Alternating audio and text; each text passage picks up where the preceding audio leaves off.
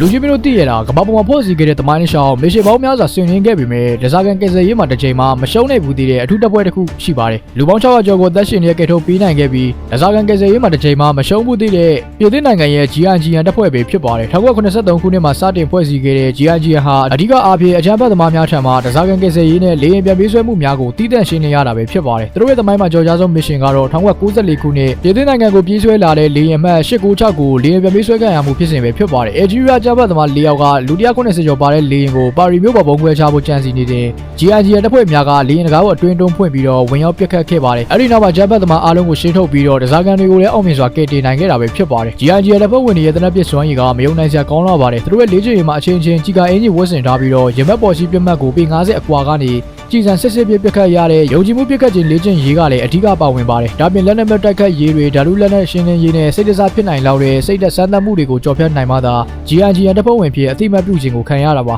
တကြိမ်မှမရှုံးနေဘူးသေးတဲ့ပြင်သစ်ရဲ့ဒီစူပါရဲတပ်ဖွဲ့အကြောင်းကိုမိတ်ဆွေတို့ဘယ်လိုထင်မြင်လဲဆိုတာကောမန့်မှာပြပြပေးခဲ့လို့ရပါတယ်နောက်ထပ်ကမ္ဘာပေါ်မှာရှိနေတဲ့အထူးတပ်ဖွဲ့ဝင်တွေအကြောင်းကိုဆက်လက်သိချင်တဲ့ဆိုရင်တော့ Critical Vision ကို follow ထားဖို့ကိုလည်းမမေ့ပါနဲ့